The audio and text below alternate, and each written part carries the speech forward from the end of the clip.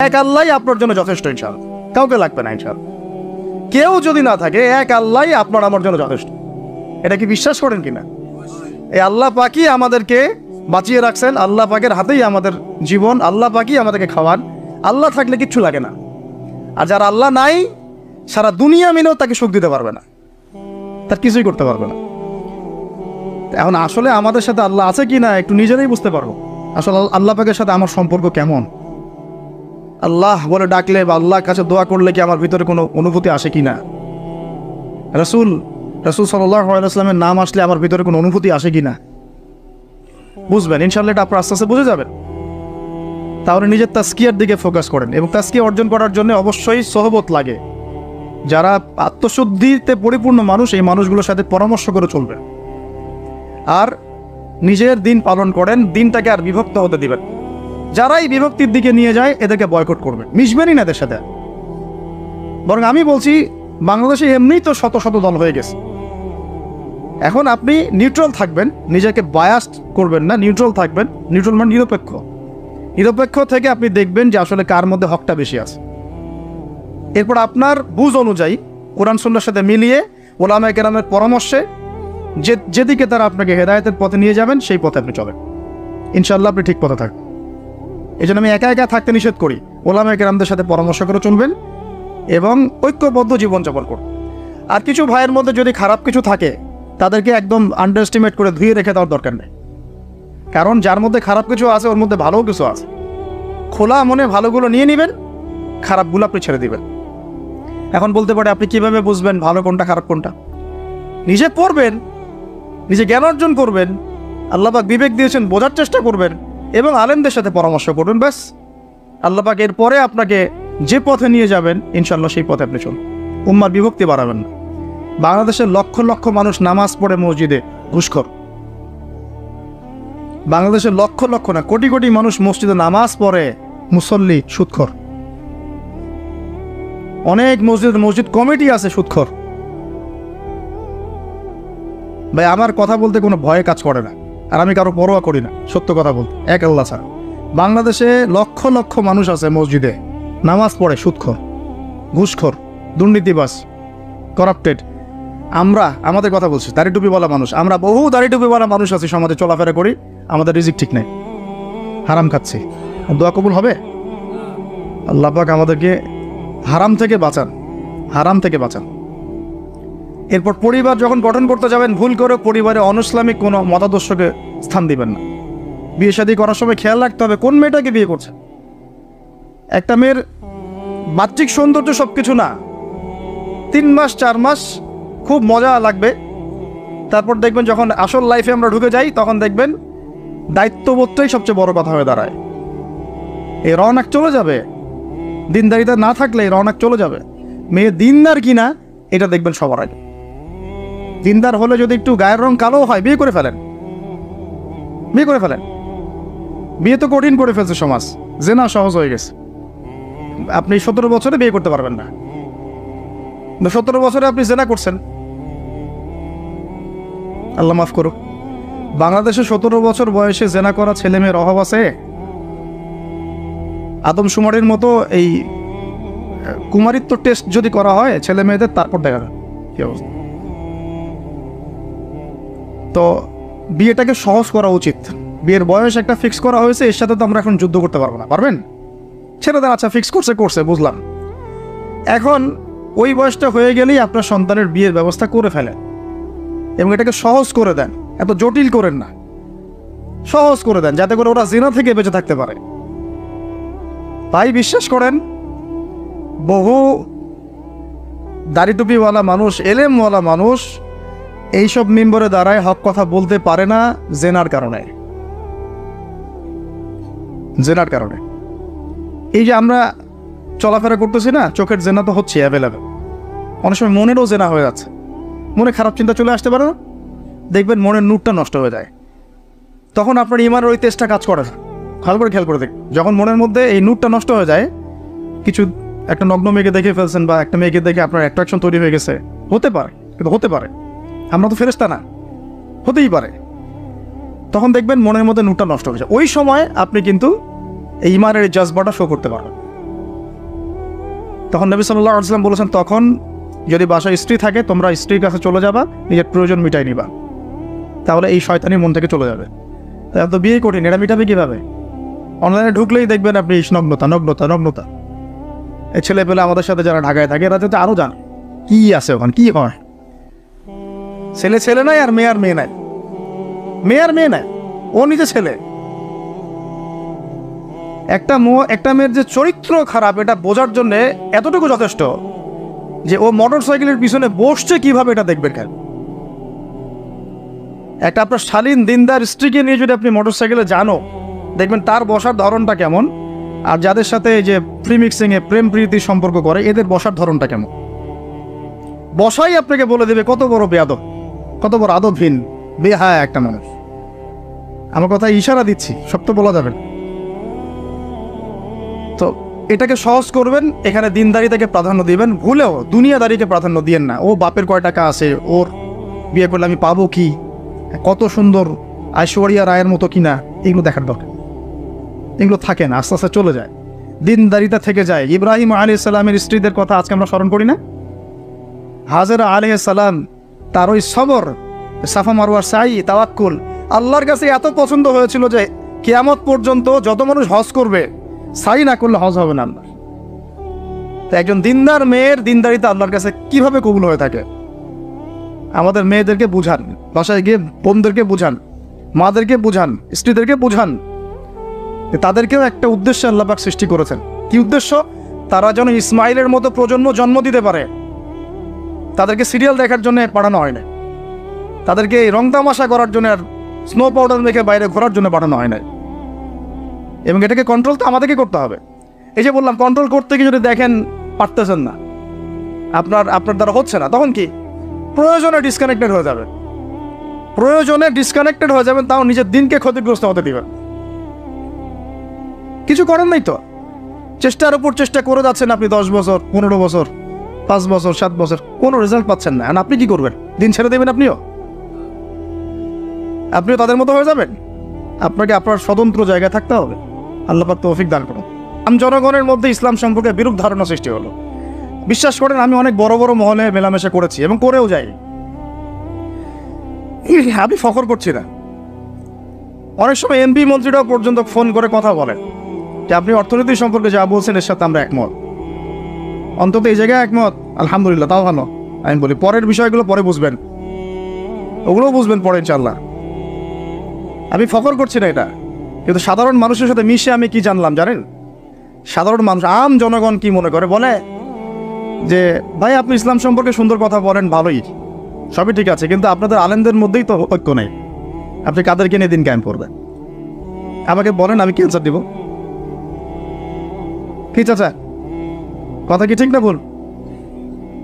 আপনি বলেন, আমি কি অ্যান্সার দিব যখন তারা এভাবে আমাকে বলবে যে আপনি দিনের জন্য কি করবেন, কীভাবে কায়েম করবেন? আপনাদের মধ্যেই তো ঐক্য নাই। আপনাদের এক আলেম আরেক আলেমকে গালি দেয়, আরেকজন আরেকজনের সম্পর্কে গীবত করে, আরেকজন আরেকজনের সম্পর্কে সমালোচনা ধুয়ে রেখে দিচ্ছে, মানে ওয়াশিং মেশিন অনলাইনে ধুয়ে দিল। আমাকে বলেন কেন মাইর খাবো না? তা এমনি তো ঐক্য নাই, তার মধ্যে মানে ঐক্য বিভক্তি বাড়ানোর জন্য আমরা উঠে পড়ে লাগছি। আর কিছু ইস্যু বাস আছে ভিতরে, ইস্যু বাস, আজকে একটা ইস্যু, কালকে আরেকটা ইস্যু, পরশু আরেকটা ইস্যু। এই করতে করতে আসল যে গন্তব্য, আসল যে লক্ষ্য, সেখান থেকে সরে গেলাম। আসল লক্ষ্যটা কি জানেন? ওই যেখানে আমাদের ভাইরা এখন মার খাচ্ছে না, ওই ফিলিস্তিন, ওই জেরুজালেম হচ্ছে আমাদের আসল লক্ষ্য। ওইটাই পৃথিবীর এমন একটা জায়গা যেখান থেকে সভ্যতা শুরু হয়েছে পৃথিবীতে। মক্কা থেকে শুরু হয় নাই, ওই ফিলিস্তিন থেকে পুরো বিশ্বে সভ্যতা শুরু হয়েছে। আজকে থেকে এটা 10,000 বছর আগের কথা, ওখান থেকেই শুরু হয়েছে। আর ওখানেই পৃথিবীর শেষ হবে। ওইখানেই যতক্ষণ পর্যন্ত ঈসা আলাইহিস সালাম না আসছেন এবং ইসলামী খেলাফত আবার কায়েম না করছেন, কিয়ামত হবে না। এই যে আসল জায়গাটা থেকে আমাদেরকে সরায় দেওয়া হয়েছে না? কয়জন ভাবে এটা নিয়ে? কয়জন জানে বা এটা নিয়ে? জানেই বা কয়জন? কিছু মানুষ আছে সারা জীবন হাত বাঁধা নিয়ে আপনাকে ব্যস্ত করে রাখলো। বাঁধবেন কোথায়? এখানে বাঁধবেন, এখানে বাঁধবেন, এইভাবে বাঁধবেন, এইভাবে বাঁধবেন, না এইভাবে বাঁধবেন, 5টা-6টা জায়গা নিয়ে ক্যাচাল করতে করতে করতে হায়াতই শেষ হয়ে গেল। আর যখন বোম পরে জান থাকবে না, তখন হাত বেঁধে কি করবেন? যখন উম্মার মধ্যে মারামারি কাটাকাটি বিভক্তি আর কাফেররা এসে উম্মার সাথে যুদ্ধ করা শুরু করবে, তখন কি হাত বাঁধে নিয়ে ব্যস্ত হয়ে থাকবে? এই ব্যস্ত আছেন বলেই তো হাতে অস্ত্র ধরতে পারছি না। এক ভাই খুব সুন্দর কথা বলছে যে ইসরায়েলের উচিত যে বাংলাদেশ থেকে এরকম কিছু শায়েক এবং মানুষকে হায়ার করা এবং এদেরকে ফিলিস্তিনে ছড়িয়ে দেওয়া, তাহলে জীবনেও ফিলিস্তিনিরা আর অস্ত্র হাতে নিতে পারবে না, ওরা এগুলো নিয়েই ব্যস্ত থাকবে সারা জীবন। আল্লাহ না করুক, যদি আল্লাহ না করুক, আমরা দোয়া করি কিন্তু আমরা আশঙ্কা তো করি, আল্লাহ না করুক যদি শান্তিপূর্ণ এই বাংলার মাটিতেও কখনো এরকম পরিস্থিতির সৃষ্টি হয়, আল্লাহ না করুক, দোয়া করি আমরা, তখনও এক শ্রেণীর মানুষ এগুলো নিয়েই ব্যস্ত থাকবে। আপনাকে আপনার মূল লক্ষ্যটা থেকে সরায় দেওয়া হয়েছে। এটা বোঝার জন্য, এই ফিতনাগুলো চেনার জন্য ভাই সবার আগে দিনের জ্ঞান অর্জনের কোনো বিকল্প নাই। পড়তে রাজি আছি তো ইনশাল্লাহ। অনলাইনে দিন শিখতে পারবেন না, কিছু ভালো ভালো আলেম আছেন যাদের লেকচার হয়তো শুনতে পারবেন, শুনে আপনি উৎসাহিত হতে পারবেন, বুস্ট আপ হবেন, ইন্সপায়ার্ড হবেন, কিন্তু এটা দিন শেখার কনস্ট্রাকটিভ কোনো প্ল্যাটফর্ম না। আপনাকে খাতা কলম নিয়ে ওই স্কুল কলেজের মতোই আলেমদের কাছে আসতে হবে, সিলেবাস রেডি করতে হবে, সিলেবাসে পড়তে হবে, পড়ার জন্য জায়গা দরকার, মাদ্রাসা দরকার, মসজিদ দরকার, মক্তব দরকার, এগুলো আপনাদেরকে করতে হবে। আর যেখানে আছে সেগুলোকে আবাদ করতে হবে। যেমন মসজিদ করেছেন, আবাদ করেন এটাকে। মসজিদ মানে নামাজ পড়ে দরজা বন্ধ করে রেখে দিব এর নাম মসজিদ? মসজিদ মানে এখান থেকে দিনের দাওয়াতটা ছড়াবে, দিনের শিক্ষাটা ছড়াবে, তাই নয় কি? আল্লাহ রসুল কি মসজিদ সাল্লাল্লাহু আলাইহি ওয়াসাল্লাম মসজিদ প্রতিষ্ঠা করে শুধু নামাজের সময় খুলতেন আর নামাজের পরে বন্ধ করতেন? একে 24 ঘন্টা এখানে ইবাদত, আমল, তাসকিয়া, জিকির, আজকার হতো না? এখনো তো মদিনায় হয়। মক্কা মদিনা কি এখনো বন্ধ থাকে 1 মিনিটের জন্য? এখানে দার্স হচ্ছে, ওইখানে নামাজ হচ্ছে, ওইখানে আলোচনা হচ্ছে, চলতে থাকে সবসময়। এটা হলো মসজিদের ফাংশন। এই মসজিদ আবাদ করেন, মাদ্রাসাগুলো আবাদ করেন, আপনার ছেলেকে মসজিদে পাঠান, মাদ্রাসায় পাঠান, মক্তবে পাঠান। ইয়াং জেনারেশন স্পেশালি আপনারা সিলেবাস ভিত্তিক পড়াশোনা করেন। এই ফ্যান্টাসি দিয়ে কিচ্ছু হবে না, আবেগ দিয়ে, ফ্যান্টাসি দিয়ে কাজের কাজ কিছু হবে না। খুব আবেগ লাগতেছে, খুব কষ্ট হচ্ছে আমার ফিলিস্তিনের জন্যে, খুব কষ্ট হচ্ছে পুরো বিশ্বের প্রেক্ষাপটে মুসলিমদেরকে দেখে, কিন্তু আপনি তো ইসলাম সংশোধনের দিকে আসছেন না। মাঝে মাঝে নামাজ পড়ছেন, কোনোরকম 5 ওয়াক্ত নামাজ পড়লেও সুন্নাহ মাফিক জীবনযাপন করছেন না, জিনায় লিপ্ত হয়ে যাচ্ছেন, সুদ খাচ্ছেন, অর্থনৈতিক জীবনের কথা বলছি, এখানে সুদ খাচ্ছেন, ব্যবসায় প্রতারণা করছেন, রাজনীতি করতে গিয়ে আপনি তাগুতের দিকে চলে গেছেন। এক কথায় তাগুতের দিকে। তাগুত মানে আল্লাহ বাদ দিয়ে যার উপাসনা করা হয়। আমরা এখানে আল্লাহ পাকের বিধানের দাসত্বের চাইতে মানব রচিত বিধানের দাসত্ব বেশি করেছি এবং করছি, এখনো করছি, করে যাচ্ছি। কিছু করার নাই, কারণ পুরো বিশ্বটা এইভাবেই তো ফাংশন করা। যাদের গলায় জাতিসংঘের দড়ি আছে এরা তো এখান থেকে বেরোতে পারবে না। পারবে না, তাহলে ওদের আন্ডারে যে রুলস অ্যান্ড রেগুলেশনস এর আওতায় তো চলতে হবে। কিন্তু শিরক হয়ে গেল, এখানেও তো শিরক হয়ে গেল। মার না খাওয়ার কোনো কারণ নাই আমাদের এখন। এই পর্যন্ত যে আমরা শান্তিপূর্ণভাবে নামাজ কালাম পড়তে পারছি আল্লাহ পাকের রহমত। বিশ্বাস করেন, আল্লাহ পাকের খাস রহমত। জানি না কত বছর এই রহমত থাকবে এইভাবে যদি আমরা সতর্ক না হই। সতর্ক হওয়ার জন্যই বলছি ভাই, এগুলো নিয়ে আমরা অনেক ভাবি, না বুঝে না জেনে একটা শব্দ বলছি না আমি। আল্লাহর কসম, আমি না বুঝে না জেনে না স্টাডি করে একটা কথা বলতেছি না। এখন এমন জেনারেশন তৈরি হচ্ছে, এরা ক্রেজি, এরা হচ্ছে মানসিকভাবে বিকলাঙ্গ। পরীক্ষা করতে চায়, সবার হাত থেকে স্মার্টফোন কেড়ে নেয়, ইন্টারনেট কানেকশন বন্ধ করে গ্রামে পাঠিয়ে দেন। 1 মাসের মধ্যে সব পাগল হয়ে দেশে ফিরে আসে, পাগল হয়ে যাবে। ইন্টারনেট কানেকশন নাই, স্মার্টফোন নাই, দেখবেন পাগল, ক্রেজি হয়ে যাবে। একটা কথা কি ফলো করুন, কোরআন নাযিল করা হয়েছে যাতে মানুষ উপদেশ গ্রহণ করে, তাদাব্বুর করে, ফিকির করে, এটা নিয়ে গবেষণা করে এবং এর মধ্য দিয়ে মানুষ যেন পথ খুঁজে পায়। এই কারণে আপনার স্কুল, কলেজ, ইউনিভার্সিটিতে যা পড়ছেন এগুলো সব যদি ফার্সি ভাষায় হতো বা টার্কিশ ভাষায় হতো বা রাশিয়ান ভাষায় হতো এবং আপনি এগুলো অর্থ জানেন না, শুধু পড়ে মুখস্থ করেন, তাহলে কি আপনি আদৌ পরীক্ষায় পাস করতে পারবেন? প্রশ্নের উত্তর দিতে পারবেন?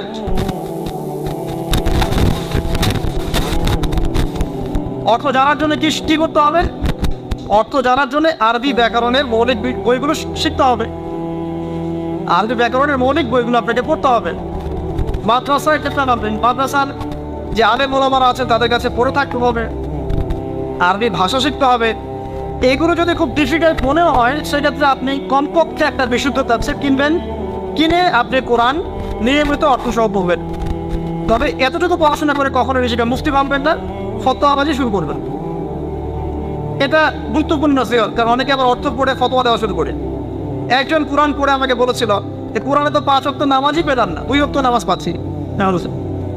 এই যে ফজর, যোহর, আসর, মাগরিব, এশা সিরিয়ালে তো কোথাও দেওয়াই নাই, কেন নামাজ পড়ে?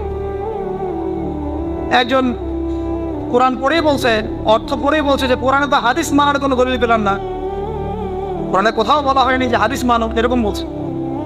আমি যে প্রথমে একটা আয়াত তেলাওয়াত পড়লাম, ওয়া মা আতাকুমুর রাসূলু ফাখুযুহু, রাসূল সাল্লাল্লাহু আলাইহি ওয়াসাল্লাম যা দিয়েছেন তা গ্রহণ কর।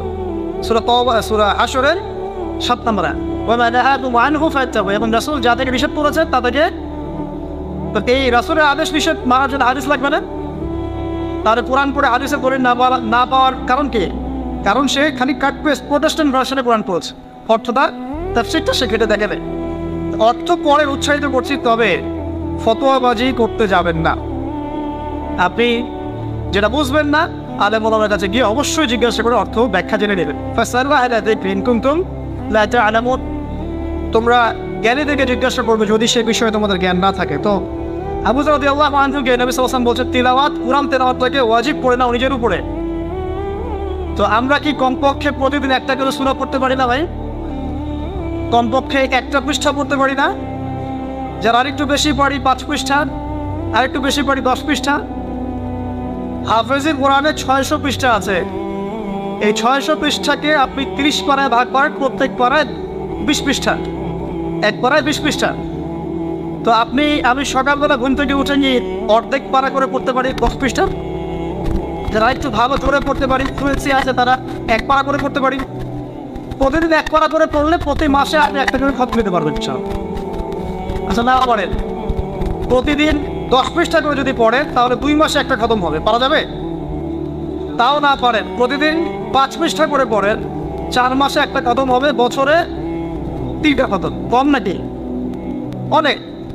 এতটুকু যদি করেন আলহামদুলিল্লাহ। কোরআন গবেষণা আসার আগে আপনাকে আগে তিলাওয়াত বিশুদ্ধ করে পড়া শিখতে হবে এবং নিয়মিত তিলাওয়াত করতে হবে, তারপরে গবেষণার বুঝ আল্লাহ পাকের পক্ষ থেকে আসবে ইনশাআল্লাহ। এত সহজে আসবে না। আল্লাহ আমাদেরকে নিয়মিত কোরআন তেলাওয়াত করার তৌফিক দান করুন, আমিন। অনেক কোর্স এখন বের হয়েছে যেগুলোর মধ্য দিয়ে খুব সহজেই কোরআনের অর্থ আপনি শিখতে পারেন। আপনি আরবি ব্যাকরণ শিখতে পারেন, আরবি ভাষা শিখতে পারেন, হ্যাঁ, কোরআনিক গ্রামার শিখতে পারেন, বা বিশুদ্ধ করে মদ মাখরাজের সাথে কোরআন শিখতে পারেন। অনলাইনেও আছে, অফলাইনেও আছে। কীভাবে শিখবেন আমি জানি না, কার কাছে যাবেন আমি জানি না। এতটুকু জানি, আমি আপনাকে ওসিয়ত করতে চাই যে মৃত্যুর আগে কমপক্ষে একটা বার কোরআনটা অর্থসহ পড়েন, আর অবশ্যই বিশুদ্ধ করে কোরআন তেলাওয়াত করতে শেখেন। আপনি যে বয়সেরই হন, যে পেশারই হন, আর যেখানকার মানুষই হন না কেন, আল্লাহ পাক তৌফিক দান করুন। আরেকটা বলা হয়েছে ওয়া যিকরুল্লাহি আযজা ওয়া জাল, এবং আল্লাহ পাকের জিকির, এই দুটো করলে আসমানে তোমাদের স্মরণ করা হবে এবং জমিনে আল্লাহ পাক তোমাদের নূর দিবেন। আল্লাহ জিকির কি? আল্লাহকে স্মরণ করা। সবচেয়ে সেরা জিকির নামাজ। সবচেয়ে সেরা জিকির কি? নামাজ। তারপরে সেরা জিকির কোরআন তেলাওয়াত। কোরআনকে আল্লাহ পাক জিকির বলেছেন, ইন্না নাহনু নাযালনা যিকরা ওয়া ইন্না লাহু লাহাফিজুন। আমি কোরআনকে বা এই জিকিরকে নাযিল করেছি, আমি একে হেফাজত করবো ইনশাআল্লাহ। এছাড়া জিকির বলতে আমরা আসলে যা বুঝি এগুলো খুব শর্ট করে বললে, প্রত্যেক দিন কিছু মাসনুন দোয়া কালাম আছে যেগুলো পড়লে আপনার জিকিরের হকটা আদায় হয়ে যাবে। খুব সহজ। 100 বার সুবহানাল্লাহ বললে 1000 নেকি হবে, পাওয়া যাবে না? এটা আপনি ড্রাইভ করতে করতে পড়তে পারেন, হাঁটতে চলতে পড়তে পারেন, মা বোনরা রান্না বান্না করতে করতে করতে পারেন। এটা যেন আলাদা করে ওযু করে বসতে হবে জরুরি না, ওযু শর্তও না। আপনি চলতে ফিরতে কাজটা করতে পারেন, ইস্তেঞ্জা করা বাদ দিয়ে ওখানে বসে বসে আবার এটা করেন, ঠিক আছে? ওকে। 100 বার আলহামদুলিল্লাহ পড়া যাবে না, 100 বার আল্লাহু আকবার পড়া যাবে না, লা ইলাহা ইল্লাল্লাহ 100 বার পড়া যাবে না। খুব সহজ। বা সকালবেলা অ্যাটলিস্ট আপনি একটা বার পড়লেন আয়াতুল কুরসি, একবার পড়লেন সাইয়্যিদুল ইস্তিগফার, সাইয়্যিদুল ইস্তিগফার একবার পড়লে ওই দিন যদি সে ব্যক্তি মারা যায় তাহলে জান্নাত। মাগরিবের ওয়াক্তে পড়ে ফজর হওয়ার আগে যদি মারা যায় জান্নাত ইনশাআল্লাহ। যে ব্যক্তি এটা 3 বার পড়বে, ফজরের পর থেকে নিয়ে সূর্য ওঠা পর্যন্ত বসে বসে যদি আল্লাহ জিকির করতেন, যে নেকি হতো এতটুকু পড়লে সে নেকি হয়ে যাবে। আপনি যদি প্রতিদিন হজ করতে যান, উমরা করতে যান, ইশরাকের নামাজ পড়বেন, জামাতে ফজর পড়ার পর একটা হজ একটা উমরা নেকি পাবেন। অনেক জিকির আছে, আমি শর্ট করে বলে দিই। হিসনুল মুসলিম একটা বই আছে কিনা, হিসনুল মুসলিম, এই বইয়ের মধ্যে সব জিকির দেয়া আছে, বিশুদ্ধ সনদে আছে, কোনো সমস্যা নাই। এই জিকির আজকালগুলো বাড়িয়ে দেন। আল্লাহ পাক বলছেন আসমানে তোমাকে স্মরণ করা হবে এবং পৃথিবীতে আল্লাহ পাক তোমাকে নূর দান করবে। সব আসমানেও যে স্মরণ করা যায়, এটা তো এখন আপনারা বোঝার কথা। এখন তো এই পিকচারগুলো বের হয়ে আসছে, আপনাকে কত হাজার কত বছর আগের পিকচার দেখানো হচ্ছে না? আচ্ছা, ওখান থেকে পৃথিবীকে দেখতে এরকমই লাগবে। ওখানে গিয়ে যদি দেখা যায় ওখানে কোনো রশ্মি ধরা পড়েছে, ওরাও পৃথিবীর এত হাজার বছর আগের অতীত দেখবে। যে সূর্যকে আপনি দেখেন, এটা এখনকার সূর্য নয়। যে সূর্য ডুবছে, যেটা আপনি দেখছেন, এটা ওই সময়ের সূর্য নয়, এটা 8 মিনিট 20 সেকেন্ড আগের সূর্য। আমরা আসলে বর্তমান দেখি না, আমরা অতীত দেখি। আমরা মহাকাশে আসলে বর্তমান দেখি না, অতীত দেখি। এই পুরো জিনিসটা, এই যে বিজ্ঞানের জয়টা বলা হচ্ছে না, এটা নিয়ে ইনশাল্লাহ আমি একটা লেকচার দিব ইনশাআল্লাহ তাআলা ভেরি রিসেন্টলি ইনশাআল্লাহ। এখানে অন্য একটা মেসেজ আছে। এই পুরো বিষয়টা আপনাকে আরো কিছু বিষয় বোঝাচ্ছে। তার মধ্যে প্রথমটা কি জানেন? পরকালের অস্তিত্ব। পরকালের অস্তিত্ব এখন বললে জটিল হয়ে যাবে, এদিকে যাচ্ছে না। এই পুরো আবিষ্কারটাই পরকালের অস্তিত্ব আপনাকে বোঝাচ্ছে এবং আল্লাহ পাক যে টাইম ফ্রেমের ঊর্ধ্বে অবস্থান করছেন এটা আমাদেরকে বোঝাচ্ছে। এটার হাদিসও আছে। যা আবিষ্কার করা হয়েছে এগুলো প্রথম আসমানের বিষয়। এরকম আরো 2, 3, 4, 5, 7টা আসমান আছে এবং সপ্তম আসমানের উপরে আছে মহাসাগর, তার উপর আছে কুরসি, তার উপর আরশে আজিম, তার উপরে আল্লাহ রাব্বুল আলামিন। আল্লাহ পাক এই টাইম ফ্রেমের ঊর্ধ্বে, আল্লাহ পাক সবই অতীত, সবই বর্তমান, সবই ভবিষ্যৎ। এমনি উঠা তাকওয়া মানে আমরা জানলাম আল্লাহর সাথে শিরক না করা, তাওহীদের উপর থাকা। 2, আল্লাহ পাকের আদেশগুলোকে মেনে চলার চেষ্টা করা। 3 নাম্বার, একই সাথে অ্যাট দ্য সেম টাইম আল্লাহ পাকের নিষেধগুলোকে বর্জন করা। 4, আল্লাহ পাককে হাজির এবং নাজির জান। আল্লাহ পাক আমার প্রতিটা কাজ দেখছেন, শুনছেন এবং এগুলোর জন্য আল্লাহ পাক আমাদের জবাবদিহি করাবেন। কোনো সন্দেহ নাই, জবাবদিহি করাবেন। তো বিদায় হজের ভাষণে নবী সাল্লাল্লাহু আলাইহি ওয়াসাল্লাম বলেছিলেন, এই তাকওয়ার কথাই বলেছেন। তিনি বলেছিলেন সাল্লাল্লাহু আলাইহি ওয়াসাল্লাম যে আজকে থেকে আরবের উপর অনারবের কোনো ভেদাভেদ নাই, সাদার উপর কালো, কারোর উপর লালের কোনো ভেদাভেদ নাই। কুল্লুকুম মিন আদম, তোমরা সবাই আদম সন্তান, ওয়া আদামু মিন তুরাব, এবং আদম হচ্ছে মাটির সন্তান। ইল্লা তাকওয়া, শুধু তাকওয়া ব্যতীত, যার মধ্যে আল্লাহ ভীতি যত বেশি সে আল্লাহর কাছে তত বেশি মর্যাদা সম্পন্ন। সূরা হুজুরাতেও সেম কথা আছে, 13 নম্বর আয়াতে আল্লাহ পাক বলেছেন, ইয়া আইয়ুহান নাস, হে মানব জাতি, ইন্না আকরামাকুম ইনদাল্লাহি আতকাকুম, হে মানব জাতি, তোমাদের মধ্যে আল্লাহর কাছে সবচেয়ে বেশি মর্যাদা সম্পন্ন সেই ব্যক্তি যে অধিক মুত্তাকি বা অধিক তাকওয়াওয়ালা। এবং এই তাকওয়ার পজিশনটা কোথায় সেটা নবী সাল্লাল্লাহু আলাইহি ওয়াসাল্লাম বলেছেন। এটা আমার টুপিতে নাই, আমার দাড়ি, আমার লেবাস, আমার পোশাক, আমার চলাফেরা, এসবের মধ্যে তাকওয়ার প্রকৃত পরিচয় নাই। নবী করিম সাল্লাল্লাহু আলাইহি ওয়াসাল্লাম বলেছেন, তাকওয়া হা হুনা, তাকওয়া হচ্ছে এখানে। এই বলে তিনি কলেজের দিকে 3 বার ইশারা করেছেন। অর্থাৎ তাকওয়ার মূল কেন্দ্র কোথায়? আপনার কলবে। আর কলব সংক্রান্ত একটা কথা কিন্তু হাদিসের মধ্যে আসবে একটু আগে। কিছু একটা কাজ করলে কলবটা মরে যাবে, সে কাজটা কি আপনারা হাদিসে পড়তে পারছেন, সামনে যাচ্ছেন চলো। তো কলবের ব্যাপার তাকওয়া, তাদের কলবের যত্ন নেওয়া লাগবে। আমরা দেহের যেমন যত্ন নেই, পোশাকের যত্ন নেই, পরিবারে থাকতে পছন্দ করি, বাড়ি ঘর চকচকা রাখতে পছন্দ করি, তাই না? তো তাহলে কলবটাও পরিষ্কার করার চেষ্টা করতে হবে। কি করলে কলবের যত্ন হবে তার কথা এই হাদিসে আছে, একটু সামনে যাচ্ছি চল। আমি ওই হাদিসের বাইরে কিছু কথা বলছি। কলবের যত্ন, বেশি বেশি মওতের স্মরণ এবং পরকালের ফিকির কলবকে চিন্তা করবে ইনশাআল্লাহ। মনের মধ্যে কোনো প্রকার রিয়া অহংকার রাখা যাবে না, কলব জীবিত হবে ইনশাআল্লাহ। কারো প্রতি হিংসা বিদ্বেষ পোষণ করবেন না, কলব জিন্দা থাকবে ইনশাআল্লাহ। মানব সেবামূলক যে কাজগুলো আছে, ফর এক্সাম্পল এতিমের দেখাশোনা করা, বিধবাদের খোঁজ খবর নেয়া, মিসকিনের পাশে দাঁড়ানো, এই কাজগুলো করলে কলব জিন্দা হয়, কলবের মধ্যে নূর আসে, সাকিনা আসে। কলব পরিষ্কার না করে যতই দাড়ি টুপি পাগড়ি জুব্বা পরি না কেন, আদতে কোনো লাভ হবে না। আল্লামা তাকিস মানির হাফিজাহুল্লাহ তাসাউফ এবং তাসকিয়া বইটা পড়তে পারেন, এখানে ডিটেইলস এই বিষয়ে জানতে পারবেন ইনশাআল্লাহ। সামনে যাই। আবু যার রাদিয়াল্লাহু আনহু বলছেন যে কুলতু, আমি বললাম, জিদনি ইয়া রাসূলুল্লাহ, হে আল্লাহর রাসূল আমার জন্য আরো বাড়িয়ে দেন। তাকওয়ার বিষয়টা বুঝতে পেরেছে, আমার জন্য আরো বাড়িয়ে দেন, আরো কিছু ওসিয়ত করুন। নবী সাল্লাল্লাহু আলাইহি ওয়াসাল্লাম বলেন আলাইকা বিতিলাওয়াতিল কুরআন। দ্বিতীয় ওসিয়ত কি? আলাইকা কথার অর্থ হচ্ছে তোমার উপরে ওয়াজিব করে ফেলো, একেবারে তোমার উপরে শক্ত করে নাও। আলাইকা তোমার উপর শক্ত করে নাও, বিতিলাওয়াতিল কুরআন, কোরআনের তেলাওয়াত। তোমার উপরে কোরআনের তেলাওয়াতটাকে অবধারিত করে নাও, শক্ত করে নাও। ওয়া যিকরিল্লাহি আযজা ওয়া জাল্লা, এবং আল্লাহ পাকের জিকিরটাকে অবধারিত করে নাও।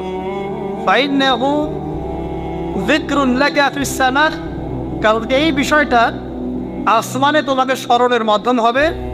ওয়া নূরুন লাকা ফিল আরদি, এবং পৃথিবীতে আল্লাহ পাক তোমাকে নূর দান করবেন। দ্বিতীয় ওসিয়তের মধ্যে দুটো জিনিস, একটা হচ্ছে কোরআন তেলাওয়াত, একটা হচ্ছে আল্লাহ জিকির। কোরআন তেলাওয়াত সম্পর্কে খুব সরল একটা কথা বলছি। কোরআনুল কারীম বিশুদ্ধ করে তেলাওয়াত শিখতে হবে, এক নম্বর বিষয়। যদি বিশুদ্ধ করে মদ মাখরাজ তাজবিদের সাথে না শেখেন, তাহলে সারা জীবন ভুল করে যাবেন আর কোরআনের অর্থ বিকৃত হয়ে যাবে। আপনার অজান্তেই এমন অর্থ চলে আসবে যা আপনি মোটেও কল্পনা করেননি এবং কামনাও করেন নাই। আপনি বলছেন ফর এক্সাম্পল যে আলহামদুলিল্লাহ রাব্বিল আলামিন, অর্থ সুন্দর, সমস্ত প্রশংসা আল্লাহর জন্য যিনি বিশ্বজাহানের প্রতিপালক।